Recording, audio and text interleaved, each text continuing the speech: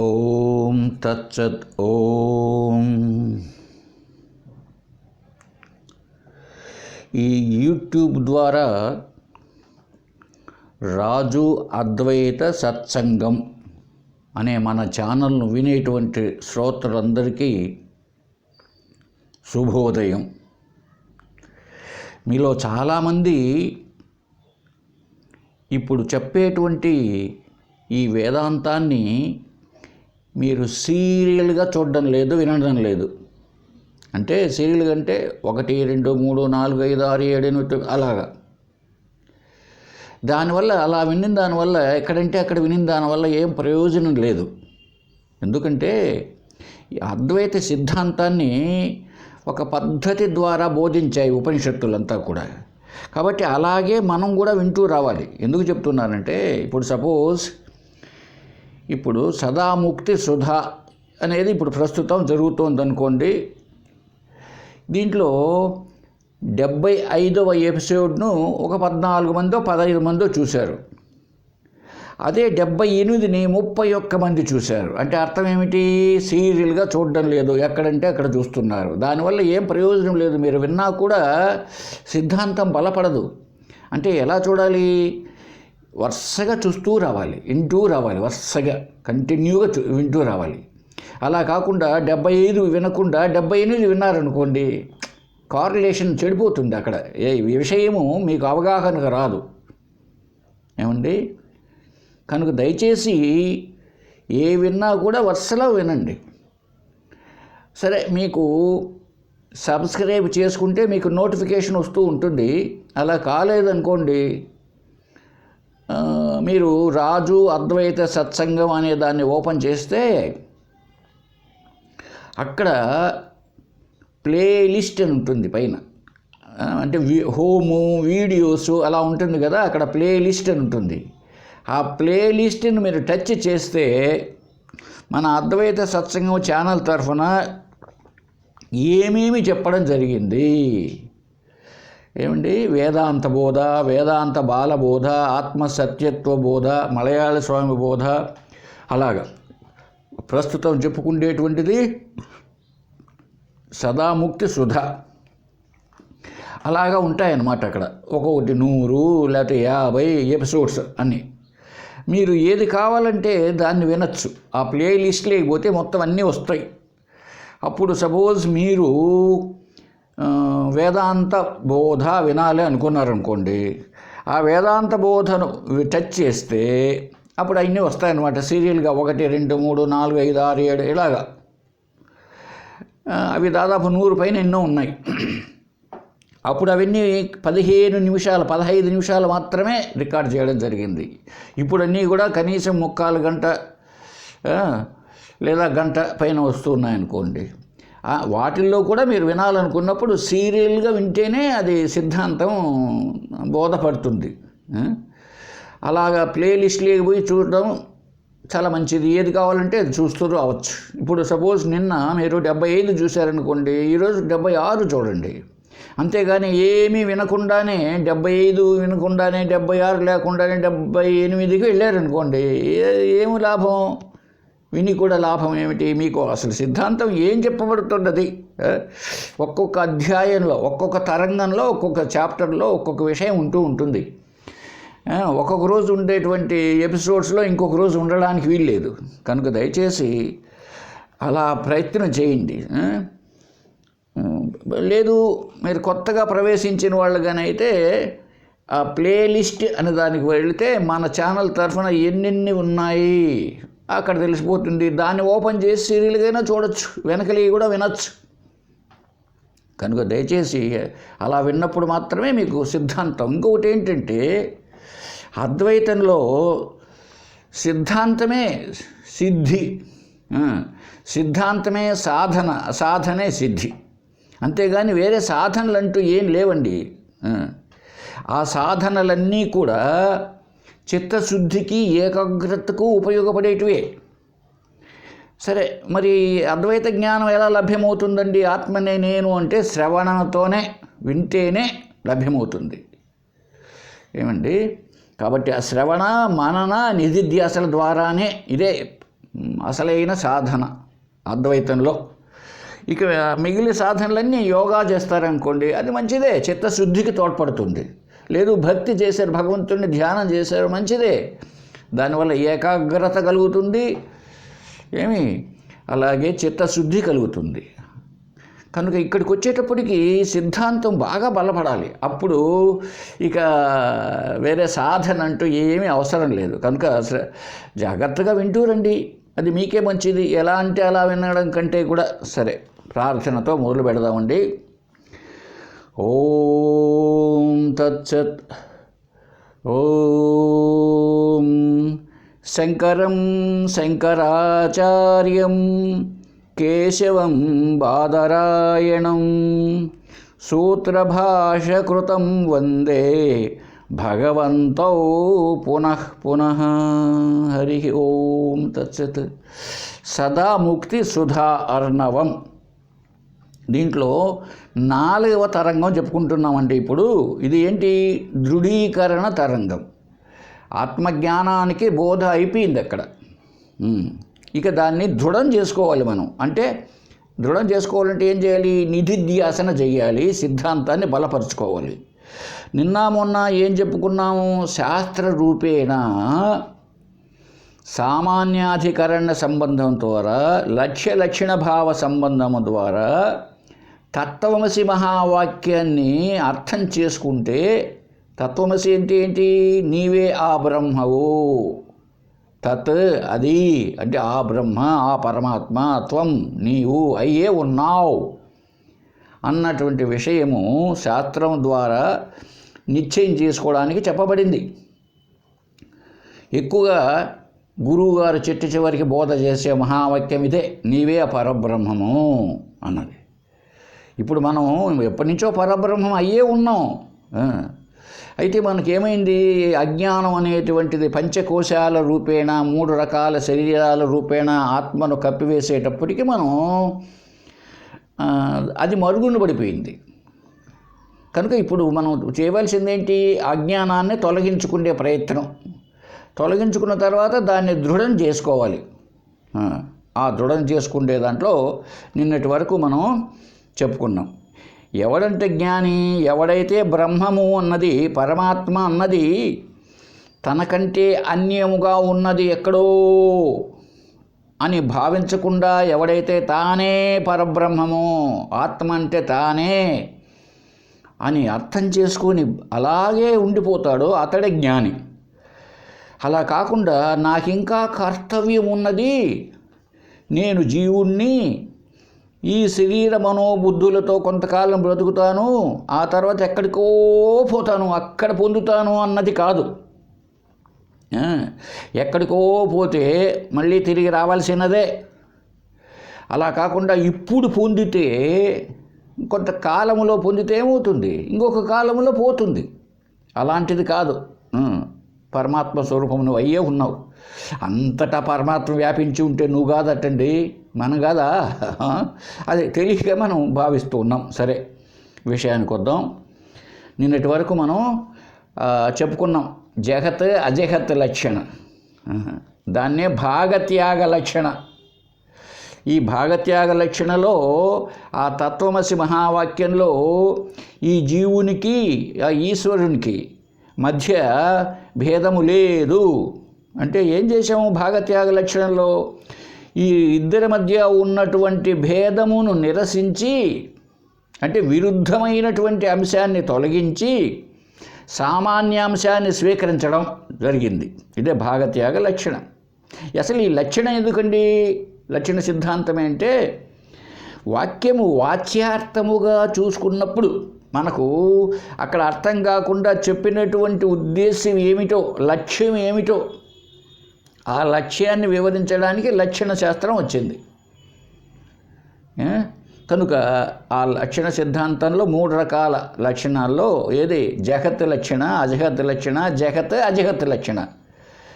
అంటే కొద్దిగా విరుద్ధాంశాన్ని తొలగించడం, సామాన్యాంశాన్ని స్వీకరించడం. విరుద్ధాంశం ఏమిటి? ఆ జీవునికి ఉండేటువంటి ఉపాధి ధర్మాలు, ఆ ఈశ్వరునికి ఉన్నటువంటి ఉపాధి ధర్మాలు, తొలగించేసి ఏంటి సామాన్యంగా రెండిట్లో ఈక్వల్గా ఉండేది ఏమిటి? చైతన్యం, చిత్, జ్ఞానం. ఎప్పుడైతే జ్ఞానాన్ని తీసుకున్నామో రెండిట్లో ఉండది ఒకటే. రెండిట్లో ఒకటే అయినప్పుడు సామాన్యాధికరణ సంబంధం చేత రెండు ఒకటే. నిన్న చెప్పుకున్నాం, సముద్రానికి అలకి తేడా లేదు. ఎందుకు? విరుద్ధాంశాన్ని తొలగించి చూడు. అలా అనే రూపనామాలు చూడగాకు, సముద్రం అనే రూపనామాలు చూడగాకు. మరి ఏం చూడాలి? రెండిట్లో ఏది సమానముగా ఉన్నది? నీరు. కనుక అలాగా సామాన్యాంశం స్వీకరించడమే భాగత్యాగ లక్షణం. కాబట్టి జీవేశ్వరుల మధ్య భేదం లేదు అని మనకు అర్థమైపోయింది. ఇక ఈ అధ్యాయం చివరికి వచ్చేసాం. గురువుగారు చెప్తున్నారండి 39వ శ్లోకంలో, అసంగం ఏకం జననాదిశూన్యం నిరస్తనామక్రియమత్స్యఖండం స్వరూపహీనం విమలం నదృశ్యం సత్ ఏవ తత్వం హి జహీహి దుఃఖం. జహీహి దుఃఖం. నాయనా సాధకుడా, ఓ పండితుడా, నీ దుఃఖాన్ని పోగొట్టుకో. ఇప్పుడు ఎందుకు వచ్చావు మనం సాధనకి? మనకు 3 రకాల తాపాలు ఉంటున్నాయి. ఆధ్యాత్మిక, ఆది భౌతిక, ఆది దైవిక తాపములు. వీటి వల్లనే మనకు దుఃఖం ఉంది. మనం ఏం కావాలి? మనకు శాశ్వతమైన ఆనందం కావాలి. ఏమండి ఇప్పుడు ఆనందం పొందడం లేదు, పొందుతున్నాం. పొద్దున్నే టీ తాగితే ఆనందం, ఇడ్లీ సాంబార్ తింటే ఆనందం, అలా కాదు. ఇది క్షణిక ఆనందం, విషయానందము. క్షణంలో ఉంది, క్షణంలో పోతుంది. క్షణం సుఖం, క్షణం దుఃఖం. ఇవి అట్లా ఉంది అన్నమాట మన ప్రస్తుత జీవితం. ఎందుకు? ఈ శరీరంతో సహా ఇది ఒక కాలంలో వస్తూ ఒక కాలంలో పోతున్నది, నశిస్తున్నది కదా. శరీర మనోబుద్ధులంతా మార్పులు చెందుతున్నది కదా. మరి మార్పులు చెందేదాంతో శాశ్వతమైన ఆనందం ఎలా వస్తుంది మనకు? కాబట్టి శాశ్వతమైన ఆనందం ఏమిటో తెలిసినప్పుడు ఆ ఆనందం నేనే, సతచిత్ ఆనందం అన్న విషయం బోధపడినప్పుడు ఇక దుఃఖం ఉండదు. అదే చెప్తున్నాడండి ఇక్కడ. అసంగం, ఆత్మ ఎటువంటిది? సంగత్వము లేనిది, అటాచ్మెంట్ లేనిది. అంటే ఏది కూడా అంటదు. ఆత్మస్వరూపానికి ఏది అంటదు. శీతోష్ణాలు, సుఖదుఖాలు ఇట్లాంటి అంటవు. ఎందుకు అంటదు అంటే ఆత్మ అన్నది ఏ కుక్కలాగా, నక్కలాగా, మనిషిలాగా ఒక ఆకారం ఉన్నది కాదది. ఆకాశంలాగా సర్వవ్యాపకమైనటువంటి సత్ చిత్. కాబట్టి ఎలా అంటుతుంది? ఒక ఆకారం ఉంటే అంటుతుంది. ఇప్పుడు నీటికి మురికి అంటుతుంది. వర్షం పడింది, బురద నీళ్ళు వస్తున్నాయి ట్యాప్లో, బురద అంటుకుపోయింది నీళ్ళకు. భూమి రాళ్ళు రప్పలతో అంటుకుపోయింది. అగ్ని కట్టి ఎట్లుంటే మంట అట్లా ఉంటా ఉంది. కట్టిని బట్టి కట్టి పొడుగ్గా ఉంటే మంట కూడా పొడుగ్గా కనపడుతుంది. కాబట్టి ఇవంత గాలి దుర్గంధం ఉంది, సుగంధం ఉంది. మరి ఆకాశానికి ఏమంటదు. అలాంటిది ఆత్మస్వరూపం, అసంగమైనది. ఇంకా ఏకం, ఒకే ఒకటి. ఆత్మ అంటే అనేకం కాదు. మళ్ళీ ఆత్మ ఒకటి, అనాత్మ ఒకటి, ఇలా లేదు. ఉండేదంతా ఆత్మయే. అయితే మరి ఆత్మ అనాత్మ వివేకం సాధన చతుష్టయ సంపదలో చెప్పుకున్నామే ఆత్మ అనాత్మ వివేకం అని. ఎందుకంటే అది సాధనలో మొట్టమొదటిది కనుక ఫ్రమ్ నోన్ టు అన్నోన్ వెళుతున్నాం కనుక తెలిసిన దాని నుంచి తెలియని దాని వైపు. ముందు మనకు తెలిసింది ఏమిటో, మనకు తెలిసిందంతా అనాత్మ, ఆత్మ కానిది కనుక అక్కడ ఆత్మ కాని దాంట్లో నుంచి ఏమండి ఆత్మను వెలికి తీయడానికి ప్రయత్నం చేస్తున్నాం కనుక అక్కడ ఆత్మ అనాత్మ అని చెప్పాల్సి వచ్చింది. అంతేగాని అనాత్మ అన్నది లేనే లేదు. ఉన్నది ఒకటే ఒక. ఏకం ఏవ అద్వితీయం బ్రహ్మ. ఇది మహావాక్యం. ఉన్నది ఒకటే ఒకటే.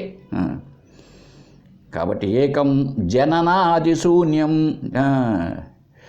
జననము మరణము ఆది మొదలైనటువంటివి శూన్యం, లేనిది. ఉండడం, తల్లి గర్భంలో పుట్టడం, పెరగడం, వృద్ధి చెందడం, క్షీణించడం, నశించడం అనేటువంటి 6 రకముల మార్పులు ఈ శరీర మనోబుద్ధులకు, ఈ జగత్తుకంతా ఇవంత 6 లక్షణాలు ఉన్నాయి. ఆత్మకు లక్షణాలు ఏమీ లేవు, శూన్యం. నిరస్త నామక్రియ. ఈ నామరూప కర్మల క్రియలు ఉన్నాయే ఇవి ఏమీ లేవు. నామరూపాలు జగత్తుకున్నాయి, జగత్తుకు, జీవుడికి, ఈశ్వరుడికి. ఇలాంటిది కాదు ఆత్మ. దానికి ఒక నామము. అయితే ఆత్మ అని ఎందుకు చెప్పాలండి? ఏం చెప్పాలి? దాన్ని ఏదో ఒక పేరు పెట్టుకోవాలి కదా మనం, అంతే. అందువల్లనే కానీ రెండున్నప్పుడే పేరు ఉపయోగపడుతుంది. రామయ్య, కృష్ణయ్య. ఇంకొక ఆయన కృష్ణయ్య ఉన్నాడు కాబట్టి ఈయన రామయ్య, ఇంకొక ఆయన శివయ్య. ఉండేది ఒకటే అయితే పేరు ఎందుకు? అయినా మనం అర్థం చేసుకునేదానికి ఆతను అంతటా వ్యాపించినది ఏదో అది బృహత్వాత్ బ్రహ్మ, గొప్పది ఏదో అది బ్రహ్మ అని చెప్పడానికి ఆ పేర్లు పెట్టుకున్నాం. అంతేగాని పరమాత్మకు నామరూపక్రియలు ఏమి లేవు. మరి ఆయన పుట్టించే ఆయన ఒక ఆయన, మనల్ని ఉద్ధరించడానికి స్థితి ఒక ఆయన, లయం ఒక ఆయన, ముగ్గురిని పెట్టుకున్నాం కదండి వాళ్ళంతాను అని రావచ్చు మనకు అనుమానం. అవంతా కూడా ఒక స్థాయిలో శరీర స్థితిలో చెప్పే మాటలు అవి. ఎందుకంటే మన శరీరం అన్నది, జగత్ అన్నది ఒకటి ఉంది అన్నప్పుడు ఏమండి, జగత్తుకు కర్త ఉండాలి కదా, అందుకోసం పెట్టుకున్నాం మనం, మన సౌలభ్యం కోసం అంతే. అసలు శరీరమే లేదు కదా, మార్పులు చెందిపోతుంటే శరీరమే నిత్యం కాదు కదా అన్నప్పుడు ఇంక లేదు, ఉన్నది ఒకటే ఒకటి. కాబట్టి నామరూపాలు లేనటువంటిది ఆత్మస్వరూపం. అఖండం, ఖండం అంటే ముక్క, పీస్. అఖండం, ఖండము లేనిది, ఖండము కానిది, ముక్కలు ముక్కలుగా, పీసెస్గా లేదు. ఇప్పుడు మనదంతా జగత్తు, జీవుడు అనే ఇదంతా కూడా ముక్కలు ముక్కలుగా, నేను ఒక ముక్క, మీరు ఒక ముక్క, ఆయన ఒక ముక్క, ఆ కుక్క ఒక ముక్క, నక్క ఒక ముక్క, ఇవంతా పీస్ అంతే. ఏంటి అంత మాత్రమే పరిమితి. దేశకాల వస్తు పరిచ్ఛేదములు కలిగినది జగత్తు. పరమాత్మకు దేశము కానీ, కాలము కానీ, కాలముతో కానీ, వస్తువులతో కానీ పరిమితి, లిమిటేషన్ లేదు. అంతా ఎంతైతే ఉందంటున్నావో అంతదే. కాబట్టి అఖండమైనది. స్వరూపహీనం, ఆయనకు ఒక రూపం అంటూ లేదు. విమలం, శుద్ధమైనది, నిర్మలమైనది. మలం ఏంటో లేనే లేదు, మురికితనం లేదు. మురికితనం అంటుకుండేది శరీరానికి. నా దృశ్యం, కనిపించేది కాదు అది, దృశ్యం కాదు అంటే విషయము కాదు అది, అది విషయీ. విషయము అంటే విషయీ చేత తెలుసుకోబడున్నది, అది దృశ్యం. విషయము ఆబ్జెక్ట్, సబ్జెక్ట్ అంటే విషయీ, తెలుసుకున్నది అంటే జ్ఞానం, అది విషయీ. విషయములు దృశ్యములు, తెలియబడునవి. ఆత్మ దృశ్యము కాదు, అది జ్ఞానరూపేణ ఎప్పటికీ తెలుసుకునే లక్షణమే. అది జ్ఞానం అంటే తెలుసుకునే లక్షణం, దృశ్యం కాదు. అది దృశ్యం అయితే ఏమవుతుందో తెలుసా? యత్ దృశ్యం తన్నశ్యం, ఏదైతే దృశ్యముగా తెలియబడుతుందో, విషయములుగా తెలియబడతాయో అవంతా కూడా నశిస్తాయి. ఎందుకు? అవి తెలియబడుతున్నాయంటే అవి పరిమితికి లోనైనవి, లిమిటేషన్ కలిగినవి కనుక. ఏదైనా ఒక లిమిటేషన్కి ఏర్పడితే అది పరిమితి. దేనికి పరిమితి? ఇంతకుముందే చెప్పుకున్నాం, దేశము, కాలము, వస్తువుల చేత పరిమితి చేయబడినటువంటిది, అది నశిస్తుంది. మరి ఆత్మ నా దృశ్యం, అది ఎటువంటి సత్ ఏవా, అది సత్ అంతే. అంటే ఉండుట, అస్థి, ఉనికి, ఎగ్జిస్టెన్స్, అదే ఆత్మ. సత్తే, చిత్, కేవలం ఉనికి కలిగి ఉండడం, ఉండుట అనే లక్షణం అదే దాంట్లో, అదే ఆత్మ. పుస్తకం ఉన్నది కాదు, పుస్తకం కాదు, ఉండుట అది ఆత్మ. పుస్తకం అన్నది విషయము, కుక్క ఉన్నది అన్నది ఆత్మ, కుక్క అన్నది అనాత్మ కాదు, అది నశింపు కలిగినటువంటిది దృశ్యం. ఈ దృశ్యమైన కుక్కకు ఆధారమైనది ఏంటి?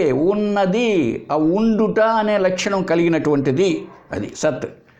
కనుక ఆత్మ అంటే సత్, చిత్, ఉండుట, తెలియబడుట అనే లక్షణాలు కలిగినది ఆత్మ. అది సత్యేవ తత్వం, అదే ఆ ఆత్మ త్వం నీవే. శిష్య బాగా అర్థం చేసుకో. ఇంతవరకు చెప్పాను ఆత్మ లక్షణాలు. ఈ ఆత్మ లక్షణాలను గుర్తుపెట్టుకో. కాబట్టి అటువంటి ఆత్మవు నీవే. కాబట్టి నువ్వు నేను శరీరాన్ని, నేను పుట్టుతున్నా, నాకు అవి నొప్పులు ఇవి నొప్పులు, నాకు జ్వరం వచ్చింది, పులకరం వచ్చింది, కరోనా, ఇవంతా శరీర ధర్మాలు శరీరాలకు వస్తూ ఉంటాయి, పోతూ ఉంటాయి. ఆగమ అపాయినో నిత్య అనిత్య, వస్తూ పోతూ ఉంటాయి. ఇవంతా వచ్చిపోయేటి కాబట్టి అనిత్య, నిత్యం కాదు ఇవి అని చెప్పాడు భగవద్గీతలో కృష్ణుడు అర్జునుడితో. మరి ఆత్మ సత్, అది ఎప్పటికీ ఉంటుంది. త్రికాలాబాధితం సత్, అన్ని వేళల్లో, ఎన్ని వేళల్లో అంతా, భూతకాలం, భవిష్యత్ కాలం, వర్తమాన కాలం అంతా ఇప్పటికీ ఉంటుంది, దానికి నశింపు లేదు. కాబట్టి అటువంటి ఆత్మవు నీవే. సత్ ఏవ తత్వం.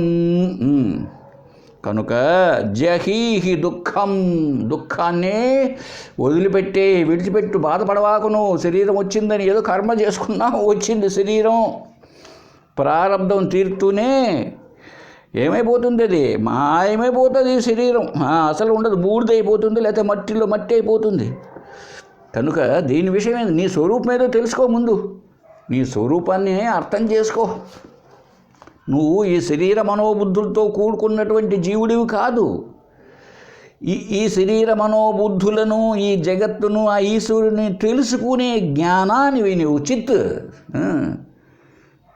సత్ ఆనంద అస్థి భాతి ప్రియం నువ్వు. కాబట్టి నీకెక్కడిది దుఃఖం, నువ్వు ఆనంద స్వరూపం నీది. కాబట్టి జహీహి, వదిలిపెట్టేయి. ఓ సాధకుడా, దుఃఖాన్ని వదిలిపెట్టు అని చెప్పాడండి. చూడండి, ఇటువంటి శ్లోకాలను ఏమంటారంటే నిధిధ్యాసన, ధ్యానం, ధ్యాన శ్లోకాలు అంటారండి.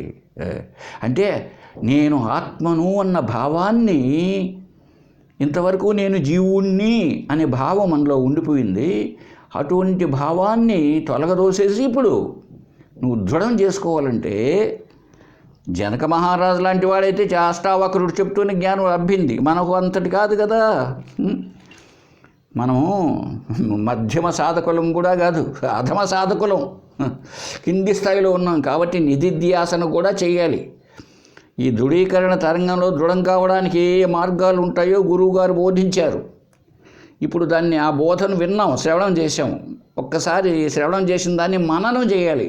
రకరకాల యుక్తుల ద్వారా, ఎగ్జాంపుల్స్, ఉదాహరణల ద్వారా మననం చేయాలి. ఆ మననం చేసిన దాన్ని నిధిధ్యాసన అంటే ధ్యానం, అంటే ఆ భావాలనే మాటి మాటికి గుర్తుంచుకోవాలి. అది సరే. నెక్స్ట్ 40వ శ్లోకం చెప్తున్నాడండి. అజ్ఞానం స్థూల సూక్ష్మే చ సమిష్టి వ్యష్టిరీశ్వర సూత్రే ప్రాజ్ఞో విరాట్ బంధ మోక్షో తస్మిన్న వర్తతే. ఇప్పుడు నువ్వెవరు? నువ్వే వ్యష్టిగా, జీవుడు కాదు నువ్వు. ఎవరు? పరబ్రహ్మం. ఎప్పుడైతే పరమాత్మ అన్నామో, పరబ్రహ్మం అన్నామో, అది సత్ చిత్ జ్ఞానం. దానిలో ఇసుమంత కూడా అజ్ఞానం లేదు. కాబట్టి ఏదో మూల అజ్ఞానం ఉంది, పుట్టుకతోనే వచ్చింది అజ్ఞానం, ఆ మాటే లేదు. మూలా విద్య అంటారు, అది లేనే లేదు. మూలా విద్య లేదు, తోలా విద్య లేదు. పరమాత్మే నువ్వు, ఎప్పటి నుంచి పరమాత్మే నీవు నేను అంతా పరబ్రహ్మమే. కాబట్టి అజ్ఞానం ఎక్కడిది నీకు? అలాగే స్థూల సూక్ష్మేచ, స్థూలము లేదు, సూక్ష్మము లేదు. ఈ స్థూల శరీరం ఈ కనపడుతోంది మనకు ఎప్పుడు మెలకువలోనే. ఈ స్థూలంగా కనపడుతోంది జగత్తు ఎప్పుడు మెలకువలోనే. నిద్రపోయినావు, కళ వచ్చింది, కళ్ళలో ఉండే నీ శరీరం పక్షిలాగా ఎగిరిపోతుంది ఆకాశంలో రెక్కలాడించుకుంటూ. చూసావా? ఇక్కడ రెక్కలు లేవు, రెట్టలు ఉన్నాయి, చేతులు ఉన్నాయి. అక్కడ రెక్కలు ఉన్నాయి, ఆకాశంలో ఎగిరిపోతున్నావు పక్షిలాగా. లేకపోతే గ్రద్ద పైన కూర్చొని, గరుత్మంతుడి పైన కూర్చొని విష్ణువులాగా ఊరేగుతున్నావు, లేదా ఎద్దు పైన వృషభవాహనం పైన శివుడిలాగా తిరుగుతున్నావు కల్లో. మరి ఏది నీకు స్థూల శరీరం? ఈ రెండు శరీరాలు, స్థూల శరీరం, సూక్ష్మ శరీరం, కల్లో ఉండేది. ఆ సూక్ష్మ శరీరం రెండూ లేవు నీకు. రెండు అబద్ధం. అబద్ధం అని మనకు తెలుసు. ఎందుకు? ఎక్కడ పోయినాయి? గాఢ నిద్రలో. ఈ స్థూల శరీరానికి మోకాళ్ళు నొప్పులు విపరీతంగా ఉన్నాయంటూ ఉన్నాడు మెలకువలో. కల్లో ఇంకొక రకమైన బాధలు వస్తాయి. కల్లో మోకాళ్ళ నొప్పులు ఉండవు, అప్పుడు కల్లో ఇంకొక రకంగా రావచ్చు. మరి గాఢ నిద్రలో ఏమైనాయి? నీ స్థూల శరీర భావనలు, నీ గరుత్మంతుడు, నీ వృషభం, ఇవన్నీ ఏమైనా ఎక్కడ పెట్టేసావు? వాహనాల్లో నీ వాహనాలు ఎక్కడ పెట్టేశావు? ఏమి లేవు, నువ్వే ఉన్నావు. ఎట్లా ఉన్నావు? హాయిగా ఉన్నావు. అందుకే ఆ అనుభవము నీ అనుభవమేది, నీ అనుభవంలో ఉన్న జ్ఞానమే అది. మెలక వస్తూనే చెప్తావు హాయిగా నిద్రపోయినాను నేను. ఆ హాయి అంటే ఆనందం నీ అనుభవమే, నువ్వే. ఆ అనుభవమే నీవు. కాబట్టి స్థూలం లేదు, సూక్ష్మం లేదు. సమిష్టి వ్యష్టి లేనే లేవు. సమిష్టి వ్యష్టి. వ్యష్టి అంటే ఇండివిజువల్, సమిష్టి అంటే యూనివర్సల్, మొత్తం. ఇప్పుడు ఒక చెట్టు అయితే అది మామిడి చెట్టు, అనేకమైన చెట్లు ఉంటే అది తోట. చూసామా? అలాగే వ్యష్టి జీవుడు, సమిష్టి ఈశ్వరుడు అని చెప్పుకున్నాం కదా. ఇవేమి లేవు. ఎందుకు? నీవు జీవుడు అనుకున్నంత వరకు ఈశ్వరుడు ఉంటాడండి. నేను జీవుడిని అన్నంతవరకు దేవుడు ఉంటాడు. ఎందుకులే? నువ్వు లేవు ఇప్పుడు శరీరంతో. ఆయనకు ఒక శరీరం ఉంది, ఆయనకు భార్య ఉండదు, ఆయనకు పిల్లలు ఉంటారు, అంతా ఉండలేవు. ఆయనకు పెద్ద వ్యాసంగం. నీకు మోటార్ సైకిల్ ఉంది, ఆయనకు గ్రద్ద, ఒక ఆయనకు ఇలుక, ఇవంతా వాళ్ళకు వాహనాలు ఉంటాయి. నువ్వు ఎంతకాలం అయితే నేను శరీరాన్ని అనుకుంటావో ఆ ఈశ్వరునికి కూడా ఒక శరీరం ఉంటుంది అంతే. ఎందుకు? వ్యష్టి కదా నువ్వు, అది సమిష్టి. కాబట్టి నిజానికి నువ్వు బ్రహ్మవు అన్నది ఎప్పుడైతే నీ జ్ఞానం లభ్యమవుతుందో ఇంకా సమిష్టి లేదు, వ్యష్టి లేదు, ఈశ్వరుడు లేడు. ఈశ్వరుడు ఎట్లా వస్తాడు? ఇంకా సూత్రాత్మ లేదు. సూత్రాత్మ అంటే వాడు హిరణ్య గర్భుడు. గాఢ నిద్రావస్థలో ఏమండి, మెలకువలో ఉన్నప్పుడు జాగ్రత్త అవస్థ కదా ఇది. జాగ్రత్త అవస్థలో వ్యష్టి జీవుడు, వ్యష్టిగా ఇండివిజువల్గా ఉన్నప్పుడు వీడిని ఏమంటున్నాం మనము? విశ్వడు అన్నాం. అదే యూనివర్సల్ గాడ్ అందరినీ లెక్కాచారం వేస్తే సమిష్టిగా, సమిష్టి స్థూల శరీరంతో పోల్చుకున్నప్పుడు ఆ సమిష్టి స్థూల శరీరం వైశ్వానరుడు. అహం వైశ్వానరో భూత్వా ప్రాణినాం దేహమాశ్రితః ప్రాణాపాన సమాయుక్తః పచామ్యన్నం చతుర్విధం అంటోంది భగవద్గీత. అర్జున, నేను వైశ్వానరుడు అనే పేరుతో భూత్వ, ఈ భూతాలంటే ప్రాణులు అన్నిటిలోనూ అంతటా వ్యాపించున్నానయ్యా అన్నాడు కృష్ణుడు. ఎప్పుడు? జాగ్రత్త అవస్థలో. ఇది చెప్పుకున్నాం మనం చాలాసార్లు, వేదాంత బాలబోధలో చెప్పుకున్నాం. ఓంకారంలో అకార ఉకారం అకారములో చెప్పుకుంటూ ఈ విషయాన్ని డీటెయిల్డ్గా చెప్పిన మళ్ళీ ఒకసారి వెనక్కి వెళితే తెలుస్తుంది. కాబట్టి జాగ్రత్త అవస్థలో వ్యష్టిగా జీవుడు, సమిష్టిగా వ్యష్టిగానేమో వీడు విశ్వడు, సమిష్టిగా వైశ్వానరుడు. అలాగే కళలో జీవుడు, కళలో ఒక జీవుడు ఉన్నాడు, వీడు మూడు. ఈ కళలో ఉన్న జీవుణ్ణి వ్యష్టిగా, ఇండివిజువల్గా తైజస్సుడు అంటారు. అంటే తన తేజస్సుతోనే తను అంతా తనే కల్పించుకున్నాడు, తన తేజస్సుతోనే ఉన్నాడు తైజస్సుడు. సమిష్టిగా అక్కడ హిరణ్య గర్భుడు లేదా సూత్రాత్మ అన్నారు. ఎందుకు చెప్తున్నానంటే ఇక్కడ ఈ శ్లోకంలో వచ్చింది సూత్రే ప్రాజ్ఞ విరాట్ అని. జాగ్రత్తావస్థలో అయితేనేమో విరాట్ లేదా వైశ్వానర, స్వప్నావస్థలో ఇండివిజువల్గా వ్యష్టిగా తీసుకున్నప్పుడు తైజస్సుడు, సమిష్టిగా తీసుకుంటే సూత్రాత్మ లేక ఏమంటారు అతన్ని? హిరణ్య గర్భుడు. అంటే హిరణ్యము, బంగారును తన గర్భంలో పెట్టుకున్నవాడు. అంటే అతడు కూడా తన తేజస్సు చేత ఉంటాడు యూనివర్సిటీ. అలాగే గాఢ నిద్రావస్థలో ప్రాజ్ఞుడు ఎవరో ఈడు జీవుడు, వ్యష్టిగా ప్రాజ్ఞ, ప్రముఖంగా అజ్ఞానంతో ఉండేటటువంటి వాడు. సమిష్టిగా ఈశ్వరుడు, సమిష్టి. కాబట్టి ఇక్కడికి వచ్చేటప్పటికి నేనే బ్రహ్మన్ అనేటప్పటికి ఈ మూడు అవస్థలు లేవు, ఈ ముగ్గురు జీవుళ్ళు లేరు, ముగ్గురు దేవుళ్ళు లేరు. బ్రహ్మ అంతా ఒకటే, ఏకమేవ, ఒకటే అది. ఎప్పుడైతే అలా అయిందో నా బంధ మోక్షౌ తస్మిన్న వర్తతే. అది బాబు, బంధము లేదు, మోక్షము లేదు. నువ్వు బ్రహ్మగా అర్థం చేసుకున్నప్పుడు ఎంత ఏం లేదు, నీవే ఉన్నావు బ్రహ్మగా. దీన్ని మనం దృఢం చేసుకోవాలి. అది ఈ దృఢీకరణ తరంగంలో ఈ భావాలను పెట్టుకోవాలి. ఈ విషయంలో శివరహస్యము అనే గ్రంథంలో రుభు గీత ఉంది. రుభు అనే ఋషి నిదాఘుడు అనే తన శిష్యునికి బోధ చేస్తూ ఈ నిధిధ్యాసన శ్లోకాలు చాలా గొప్పగా ఉన్నాయండి. మంచి గ్రంథం అది, శివరహస్యం అని. దాంట్లో రుభు గీత అంటారు. చూడండి ఏం చెప్తున్నాడో. చిన్మాత్రం కేవలం చాహం నాస్తి అనాత్మీతి నిచ్చిను ఇది ఆత్మ నిర్ణయం ప్రోక్తం భవతే సర్వసంగ్రహ. నాయనా నిదాగా చెప్తున్నా విను, సర్వసంగ్రహంగా చెప్తున్నా, నీకు క్లుప్తంగా చెప్తున్నా. ఏంటి? చిన్మాత్రం కేవలంచ అహం కేవలం చిత్ మాత్ర. నేను కేవలం చిత్, చైతన్యం, జ్ఞానం స్వరూపాన్ని, సత్త చిత్తానందాన్ని నేను, అది నా స్వరూపం. నాస్తి అనాత్మ ఇది నిశ్చను. అనాత్మ అన్నది లేనే లేదు. ఇలా నిశ్చయం చేసుకో, బాగా దృఢం చేసుకో. అనాత్మ అన్నది లేదు, నేనే కేవలం జ్ఞానం లేనిది ఏదైనా ఉందే చెప్పండి. లోకంలో జ్ఞానములో, ఎరుకలో లేనిది ఏ వస్తువైనా ఉంది అని చెప్పగలుగుతారా? మీకు తెలియనిది ఏదో చెప్పండి. మీకు తెలియనిది చెప్పగలుగుతారా? చెప్పలేరు. తెలిసినదే అంటే తెలిసినది అంటే తెలివిలో ఉన్నదే, అంటే జ్ఞానములో ఉన్నదే, అంటే ఆత్మగా ఉన్నదే తెలియబడున్నది, అదే ఉన్నది. కనుక అనాత్మ అన్నది లేనే లేదు. ఇది నిశ్చిను అన్నాడు. అంటే ఇలాగా నువ్వు నిశ్చయం చేసుకో. ఇది ఆత్మ నిర్ణయం ప్రోక్తం. ఇది ఆత్మ అని బాగా చెప్తున్నా నేను, గుర్తుపెట్టుకో. భవతే సర్వసంగ్రహ. ఇదే మొత్తం సంగ్రహంగా, ఇదే ఆత్మస్వరూపం. ఏంటి ఆత్మస్వరూపం?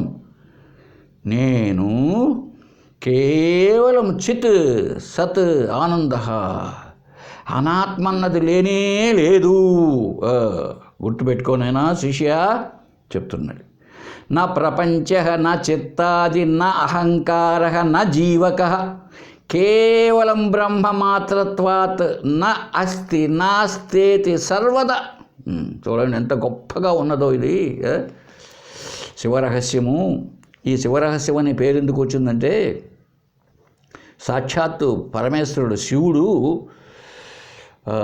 కుమారస్వామికి బోధ చేశాడంట. అది అందువల్ల దాన్ని శివరహస్యం అని చెప్పాడు దాన్ని. ఈ విషయాన్ని అంతా కూడా కుమారస్వామికి, అంటే తన కుమారుడైనటువంటి సుబ్రహ్మణ్య స్వామి, కుమారస్వామి, షణ్ముఖుడా, ఏదో పేర్లు అనుకోండి, ఆ చెప్పినట్టుగా గ్రంథం అది. ఏం చెప్తున్నాడు ఇక్కడ? నా ప్రపంచం లేదు, నా చిత్తాది, చిత్తము మొదలైనటువంటివి లేవు. అంటే ఏంటి? జ్ఞానేంద్రియాలు, కర్మేంద్రియాలు, అంతఃకరణం ఇట్లాంటి అంతా ఏమి లేవయ్యా బాబు. నా అహంకారం, నేను జీవుణ్ణి అనే భావన లేదు. నా జీవక, నేను జీవుణ్ణి అన్నది లేదు. మరి ఏమిటి? కేవలం బ్రహ్మమాత్రత్వాత్, కేవలం బ్రహ్మస్వరూపం మాత్రమే. నాస్తి నా అస్తి సర్వదా, మొత్తం టోటల్గా సర్వదా, ఎల్లవేళలా ఎల్ల చోట్ల, అన్ని చోట్ల, సర్వదా, అన్ని కాలాల్లోనూ ఉన్నది ఏమి నాస్తి. ఏమి లేదు. రెండవది ఏమి లేదు, ఉన్నది అది మాత్రమే. చూడండి ఎంత అద్భుతంగా ఉన్నాయో. మనం నిధిధ్యాసనకు, ధ్యానానికి ఈ భావాలు తెచ్చిపెట్టుకోవాలన్నమాట మనం.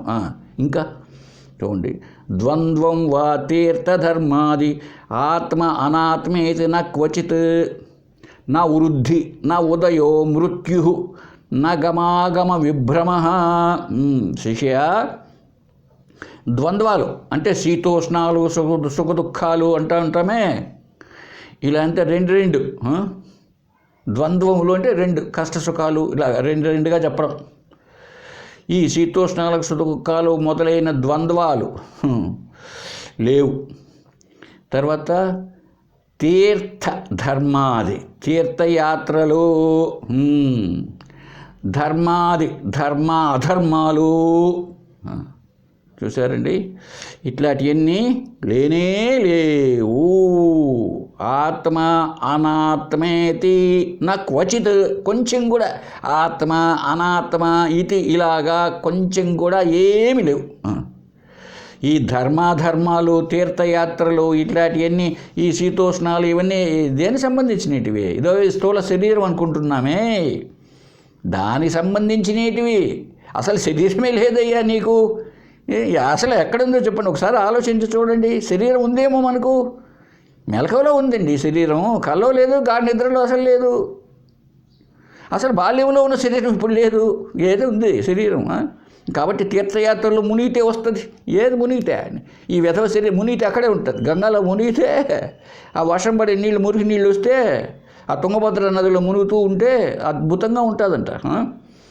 కాబట్టి ధర్మాధర్మాలు దేనికి సంబంధించినవి? నీ మనస్సుకి బుద్ధికి చెందినటివి. అసలు అవి లేవు. మనసు ఉన్నట్టు లేదు, లేని వాటిని పట్టుకొని ఉన్నాయనుకొని బాధపడుతూ ఉన్నాం. ఆత్మ అనాత్మలు కొంచెం కూడా లేవు. నా వృద్ధి పెరిగిపోతాడే, సంపద అంతా పెరిగిపోతుంది ఆయనకు, వృద్ధి లేదు. అంతేకాకుండా నా ఉదయ మృత్యు, పుట్టడము లేదు, చావడము లేదు. నువ్వు పుట్టేది సచ్చేది ఒకవేళ అనుకుంటే నువ్వు శరీరం, మనస్సు అది రోజు సత్తానే ఉంది. దాని బట్టి 10 ఏళ్ళకి ముందున్న శరీరం ఇప్పుడు ఉందే, ఎట్టపోయింది, చచ్చిపోయింది. అయితే మనం ఏమనుకుంటున్నామంటే ఉన్నది ఆత్మ అయితే ఆత్మ పైన 5 దుప్పట్లు కప్పేసి ఈ పంచకోశాలను ఇవి నిజంగానే మారుతున్నాయంటున్నాం. మారుతున్నాయంటే అర్థం ఏమిటి? ఇప్పుడు ఒక టీచరు ఫలాని స్కూల్లో, తాళపాక అనే స్కూల్లో పనిచేస్తున్నాడు, ఇప్పుడు లేడండి, ట్రాన్స్ఫర్ మారిపోయినాడు అంటే అర్థం ఏమని? ఇప్పుడు అక్కడ లేడని. బాల్యంలో ఉన్న శరీరం యవ్వనంలో లేదంటే అర్థమేమి? బాల్యంలో శరీరం పోయిందని, అక్కడ లేదు ఉండాల్సిన చోట్ల. యవ్వనంలో ఉన్న శరీరం వార్ధక్యంలో లేదు. కాబట్టి వృద్ధి లేదు, జనన మరణాలు లేవు. నగమ ఆగమ విభ్రమ, ఇదని పెద్ద భ్రాంతి. ఆగమము గమనం, గమనాగమనం అంటే రావడం పోవడం, ఆ పై లోకానికి పోవడం, మళ్ళీ భూలోకానికి రావడం, లేదా పాతాళ లోకానికి పోవడం, యమలోకానికి మళ్ళీ రావడం, కుక్కగా నక్కగా పుట్టడం, మళ్ళీ పోవడం, అక్కడ దేవతల్లోగా దేవలోకానికి పోవడం, మళ్ళీ రావడం, ఈసారి చీమగా పుట్టడం, చీమగా ఈసారి దోమగా పుట్టడం. ఇవి గమాగమనాలు. ఇట్లాంటి భ్రమలు ఏం పెట్టుకోకనైనా ఏం లేవు.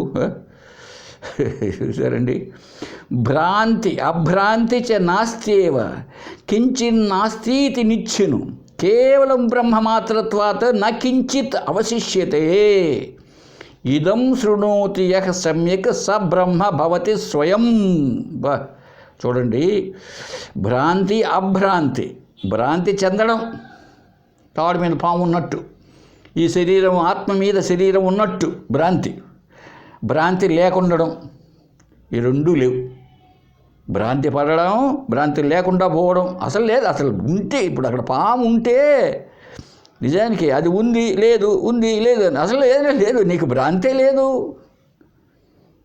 ఎప్పుడు భ్రాంతిలోకి లేవు. నువ్వు నీ స్వరూపంలో నువ్వు ఆత్మగా బ్రహ్మగా, నీకెక్కడిది భ్రాంతి? నువ్వే కదా అంతా. కాబట్టి భ్రాంతి చెందడం కానీ భ్రాంతి లేకుండడం కానీ లేవు, కొంచెం కూడా ఏమీ లేదని. కించిన్ నాస్తి నిశ్చయం చేసుకో. ఏం లేవు నిశ్చయం చేసుకోవయ్యా. కించిత్ నాస్తి. చూడండి, కేవలం బ్రహ్మ మాత్రత్వాత్, కేవలం ఉన్నది బ్రహ్మమే. నా కించిత్ అవశిష్యతే, ఇక మిగిలి ఉండేది బ్రహ్మ తప్ప. నా కించిత్ కొంచెం కూడా ఏదో మిగిలి ఉంటుంది, ఇంకా ఏదో ఉంటుంది, ఏదో ఎనంగా ఉంటుంది. ఎనంగా వేరుగా ఏమీ లేవు, బ్రహ్మ కంటే వేరుగా ఏమీ లేవు. అది తప్ప ఇంకేం లేవు. ఇదం శృణోతి, ఇది విన్నైనా బాగా అర్థం చేసుకో. సమ్యక్, ఈ సమ్యక్ జ్ఞానాన్ని, ఉండేదంతా ఒకటే జ్ఞానమే అనేది దీన్ని బాగా అర్థం చేసుకుంటే ఏమవుతావు తెలుసాను? స బ్రహ్మ భవతి స్వయం. ఈ పైన చెప్పిన భావాలను అర్థం చేసుకుంటే స్వయం బ్రహ్మ, నీవే సొంతంగా, నీవే బ్రహ్మ, ఇంకెక్కడో కాదు బ్రహ్మ. కాబట్టి ఇలాగా బాగా గుర్తుపెట్టుకో. ఇంకా చెప్తున్నారు చూడండి, చిత్తభేదో జగద్భేద అవిద్యాయాచ సంభవ అనేక కోటి బ్రహ్మాండా సర్వం బ్రహ్మేతి నిశ్చయం చేసుకోనైనా. ఏంటి? చిత్తభేద జగద్భేద. నీ చిత్తంలో, నీ మనసులో ఏదేదో సంకల్పాలు వికల్పాలు వస్తూ ఉన్నాయి. దాన్ని బట్టి జగత్తంతా కూడా భేద రూపంగా కనపడుతున్నది. మన మనసులో ఏదైతే ఉంటుందో అదే కనిపిస్తూ ఉంటుంది ఎదురుగా. మనసులో లేనిది ఏది కనిపించదండి. టమాటా చూడండి. అందుకే మనస్సే జగత్తుకి కల్పన చేసేదంతా మనస్సే. నీవు మనస్సు అనేది లేని గాఢ నిద్రలో జగత్తు లేదు. చూడండి, మనస్సు అనేది అయితే నీవు లేవా? నువ్వు ఉన్నావు ఆత్మగా. మనసు లేదు. మనసు అంటే సంకల్ప వికల్పాలు. ఈ సంకల్ప వికల్పాలు చేసినప్పుడే ప్రపంచం గోచరిస్తున్నది. నువ్వు మనసులో ఏ ఆలోచనలు పెట్టుకోకపోతే జగత్తు లేదు. కాబట్టి నీ మనసులో కలిగేటువంటి సంకల్ప వికల్పాల వల్లే జగత్తంతా భేద రూపంతో కనపడుతున్నది. ఇదంతా అవిద్యాయాచ్య సంభవ. ఇదంతా అజ్ఞానం చేతనే. అంతా అజ్ఞానమే. ప్రతి చోట్లో ఉండేది అస్థిభాతి ప్రియం, అస్థిభాతి ప్రియం. 3 లక్షణాలే. ఇదే ఆత్మ, సత్చిత్తానందం. అయినా అజ్ఞానంతో ఏం చేస్తున్నాం? ఇవంతా ఉన్నట్టు కనపడుతున్నాయి. ఏవే? అనేక కోటి బ్రహ్మాండ. ఎన్నో కోట్ల బ్రహ్మాండాలు. అబ్బో, 7 14 లోకాలు అంటానాయన. 7 14 లోకాలు, 7 ఊర్ధ్వలోకాలు, 7 అధోలోకాలు అంట. ఇవంతా కనపడుతున్నాయి అధ్యాసతో. కాబట్టి ఏం చేయాలి ఇప్పుడు? సర్వం బ్రహ్మేతి నిశ్చిను, సర్వం బ్రహ్మ ఇతి నిశ్చిను. అంతయు బ్రహ్మమే నిశ్చయం చేసుకో బాగా. ఏమి? ఎవడైతే చూడండి ఇంకా చెప్తాడు అద్భుతంగా. అహం బ్రహ్మవదే వేదం అహం ఆత్మా న సంశయ చైతన్య ఆత్మ ఇతి యస్ తిష్టేత్ స జీవన్ముక్త ఉచ్యతే. ఎవడయ్యా జీవన్ముక్తుడు? బ్రతికుండంగానే ముక్త స్థితి. ఎవడు జీవన్ముక్తుడు? ముక్తులు 2 రకాలు. జీవన్ముక్తి, విదేహముక్తి. చనిపోయిన తర్వాత మళ్ళీ దేహం వెళ్ళిపోయి మళ్ళీ రాకుండా ఉంటే అది విదేహముక్తి. బ్రతికుండగానే నేను ఈ శరీరాన్ని కాదు అని అర్థం చేసుకుంటే జీవన్ముక్తి. జీవన్ముక్తి అంటే బ్రతికుండంగానే బంధాన్ని తెంపేసుకున్నవాడు, బంధం లేదని అర్థం చేసుకున్నవాడు. ఇక్కడ ఏం చెప్తాడో చూద్దాం. అహం బ్రహ్మవదే వేదం. వేదం ఏం చెప్తున్నది? నేనే బ్రహ్మను అంటోంది. అహం ఆత్మ నా సంశయ. డౌట్ పెట్టుకోవకయ్యా బాబు. నేను బ్రహ్మమునే, నేను ఆత్మనే, సంశయమే లేదు. అది నో డౌట్. ఇంకా చైతన్య ఆత్మ ఇతి యస్ తిష్టేత్. ఎవడైతే ఈ భావనలో బాగా నిష్ఠగా కూర్చుండిపోతాడో, అంటే ఈ విధంగా స్థిరపరచుకొని ఉంటాడు. చైతన్యమే ఆత్మ, ఆత్మ తప్ప రెండవది లేదు. కాబట్టి నేనే ఆత్మ అని ఎవడైతే ఉంటాడో అతడే జీవన్ముక్తుడు. చూసారండి, శివరహస్యం వంటి గ్రంథం. కాబట్టి మనం అర్థం చేసుకోవాలి.